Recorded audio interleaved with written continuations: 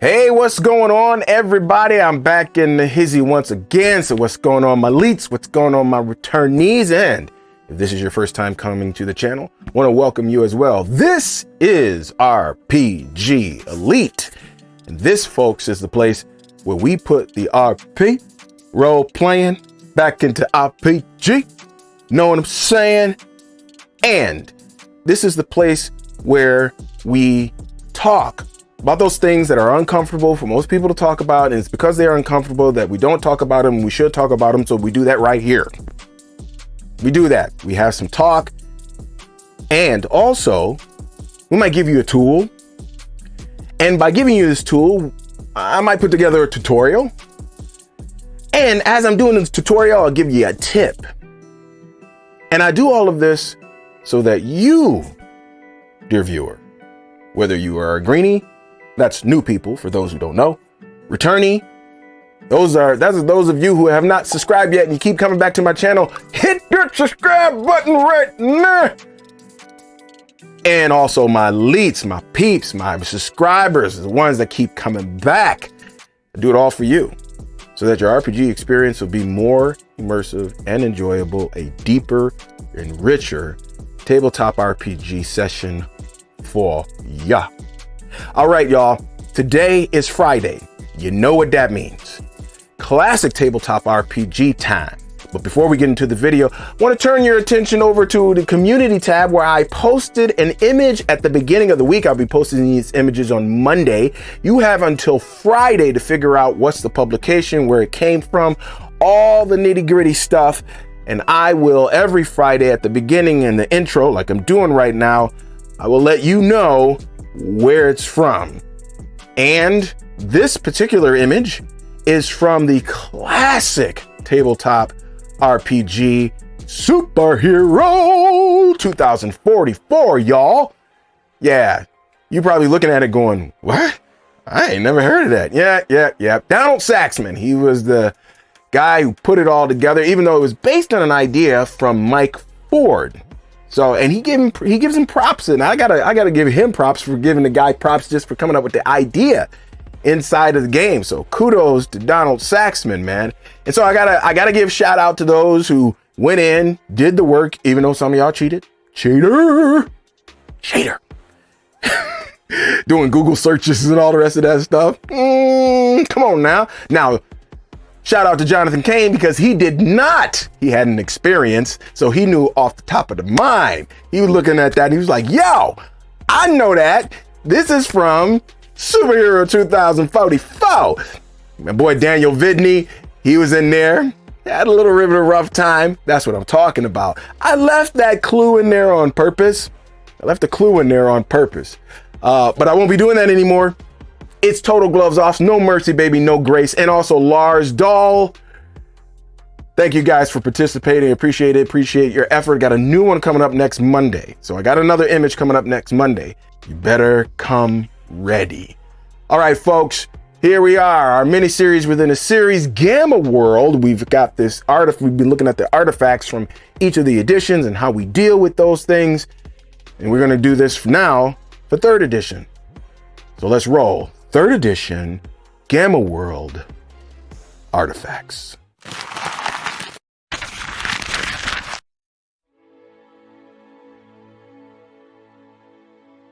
In Gamma World 3rd edition, artifacts are pieces of technology the PCs are unfamiliar with.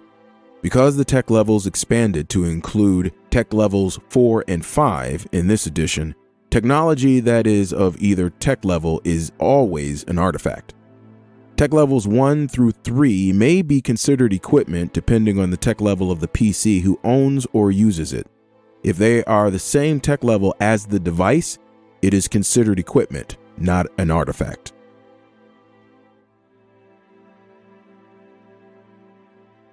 Third edition suggests that artifacts, being what they are, should be limited or be of a temporary nature in terms of their use. It's up to the GM to make sure they balance the campaign by not giving out too many artifacts, while making sure they seed the campaign with useful tools that they need. If things get unbalanced because of an artifact, Like the challenges become too easy or the PCs rely on the artifact too much, hey, you're encouraged to have the device blow up or meld or malfunction or just break. I mean, you're the GM, you can do that. And it will automatically raise the value of artifacts in your campaign to be treated with respect, to use when only absolutely necessary. This is, after all, a harsh and dangerous new world. Its ancient and mysterious technology can be notoriously unpredictable.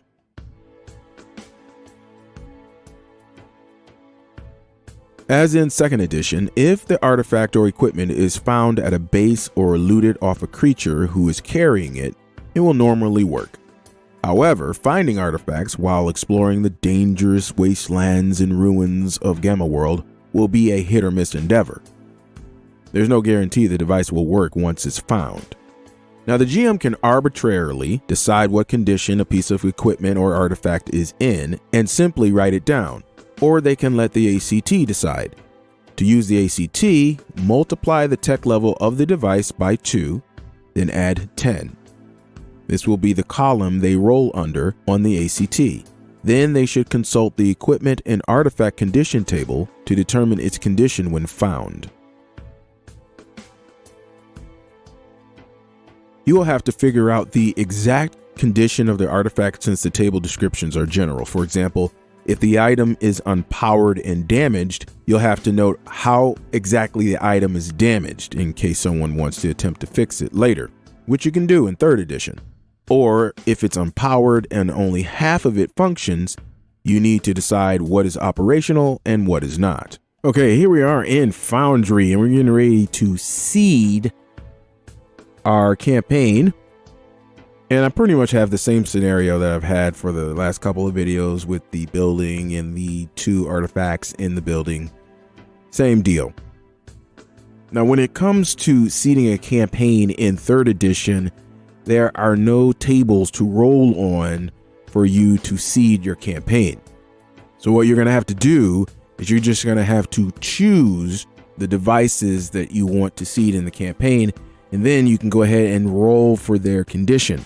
So in this situation, since there's only 2 artifacts that I'm going to seed in this building, I've already decided that one of them will be an energy grenade and the other one will be an ATV. Now, if you remember what I just said, in order to get the condition of this artifact, we're going to have to take the tech level, multiply it by 2, and then add 10, and then we're going to look at the action table here. So first, let's do the energy grenade, and that is tech level 4. So times 2 is 8, and you add 10, which means it's going to be on 18 over here. And we're just going to roll percentile dice. That's the great thing about 3rd editions. Always percentile dice. Don't have to worry about nothing else. Just percentile dice. So just roll them. Ooh, this is a 2. Ooh, I rolled something really well. By the way, rolling lower when you're rolling for the condition is really good. And I rolled a 2, which puts it in the black. Now, normally, if you roll in the black, it's bad. But in this situation, it's good. Let's go to the condition table. And as you can see, black means that the item works and it has an extra value. All right. So for this particular grenade, I'm going to say that it was a little bit unstable, and because of its instability, it will do double damage when it is released. Now, you are not going to tell the PCs this until they research the artifact, but they'll be happy about that once they research it. But the only way that they will be able to know that it does double damage is if they understand it. And we'll talk about that in a moment. So that is the energy grenade. Very good. A double damage energy grenade. All right. So now we're going to go to that ATV. Now the ATV, going back to the ACT here, the ATV is a tech level 3. That means that you multiply that times 2 is 6, and that's going to be on the 16 column once you add your 10. And And so we're going to roll and see what the condition of the ATV is. 25. That's still pretty good. It probably just works. 25 on 16 is in the white. Yep. I'm pretty sure. Let's go over here to the condition table to see what it is. And the item is in good condition. So this ATV, somehow, maybe they covered it up. Nobody ever came to get it, or it was in some special container. And once they open it up, this thing has gas, the battery works, and it is good to go.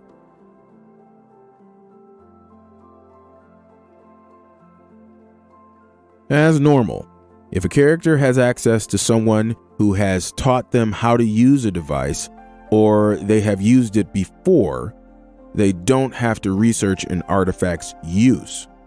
Otherwise, they must research how it works. And one thing you could do is allow the PCs to have a number of artifacts equal to their tech level that they already know how to operate. They can add any intelligence modifiers to that number as well. So this allows them to have some roots in the world before the campaign begins. And it doesn't mean they have the artifact, but just that they know how to operate one if they come across it in their adventures.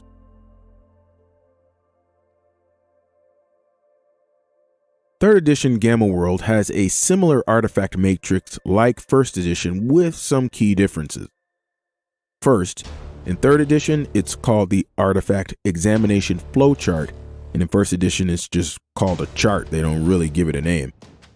Second, there's only one flowchart in third edition, while there are 3 in first edition. Third, there are some additional shapes and symbols in third edition, which we will talk about here in a second. And last, the matrix flows from left to right in first edition, while the flowchart in third edition goes from top to bottom.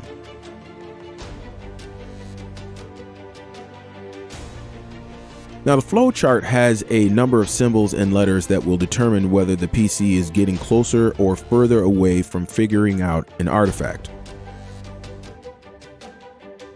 Now, these lines mean that during the research, the device malfunctioned. What the exact malfunction is left up to the GM's imagination, so get jiggy with it. If you're feeling lazy, you can also make an endurance roll or hit points for the device, and then use its hit die score or 5 times its tech level for the item's endurance. This number is what column you'll roll under on the ACT. Now, if a black result is rolled, then the item is broken. There are also a list of vehicle and machine malfunctions that can be used in the rules supplement addendum.